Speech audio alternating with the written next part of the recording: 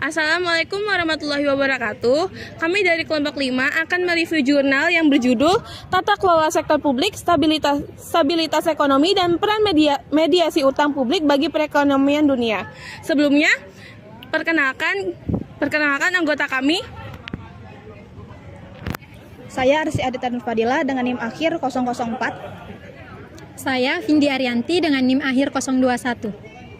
Saya Emil Putranto dengan NIM akhir 059. Saya Tirnova Jessica dengan NIM akhir 069. Saya Muhammad Azhari Alamsyah dengan NIM akhir 124. Berikut kami lampirkan tugas mereview jurnal kami. Stabilitas ekonomi makro merupakan aspek utama yang menentukan kesejahteraan suatu negara, karena stabilitas ini membantu menjaga inflasi terkendali, mendorong pertumbuhan ekonomi, dan meminimalkan risiko krisis ekonomi.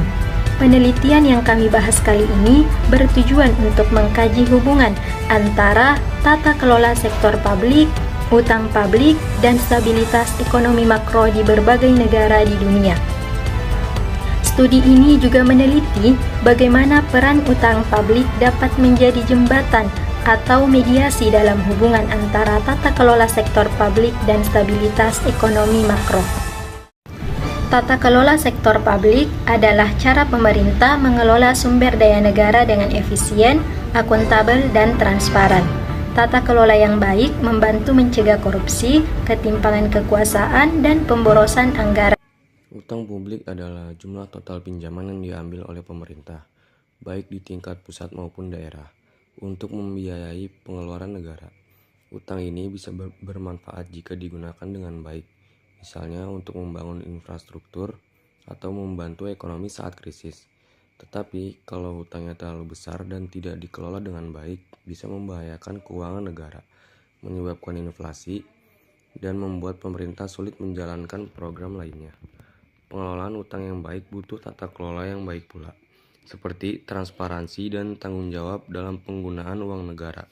Jika utang digunakan untuk hal-hal yang produktif, seperti pendidikan atau kesehatan, maka bisa membantu pertumbuhan ekonomi dan mengurangi kemiskinan.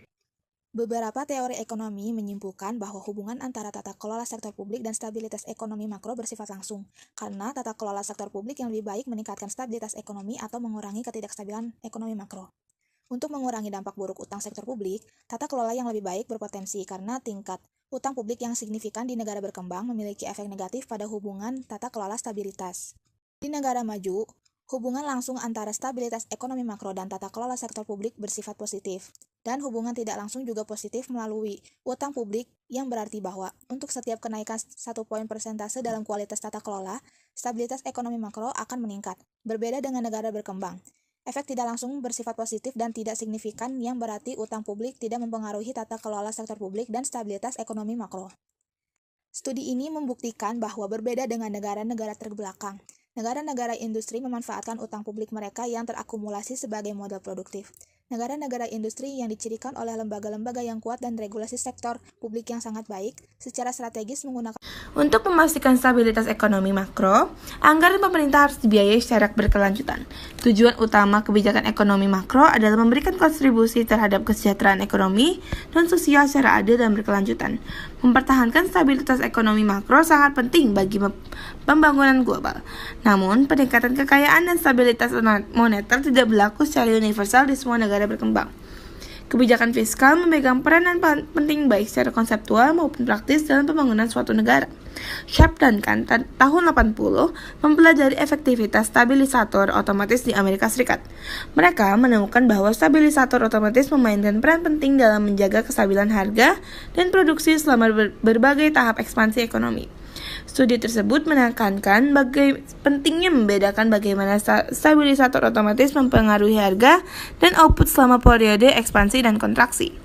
Tata kelola sektor publik dan stabilitas ekonomi makro dapat dipengaruhi oleh utang publik. Disarankan bahwa negara-negara dengan tingkat utang publik yang lebih rendah ditambah dengan tingkat transparansi dan akuntabilitas yang lebih tinggi di sektor publik mereka cenderung mengalami stabilitas ekonomi makro yang lebih besar. Tata kelola sektor publik yang berfungsi dengan baik dapat membantu mengelola utang publik secara bertanggung jawab dan berkelanjutan. Praktik tata kelola yang baik seperti transparansi, tanggung jawab, dan manajemen ekonomi yang kuat dapat mengurangi resiko salah urus dan korupsi yang dapat mengakibatkan tingkatan utang yang lebih tinggi. Sekian dari kami, terima kasih. Wassalamualaikum warahmatullahi wabarakatuh.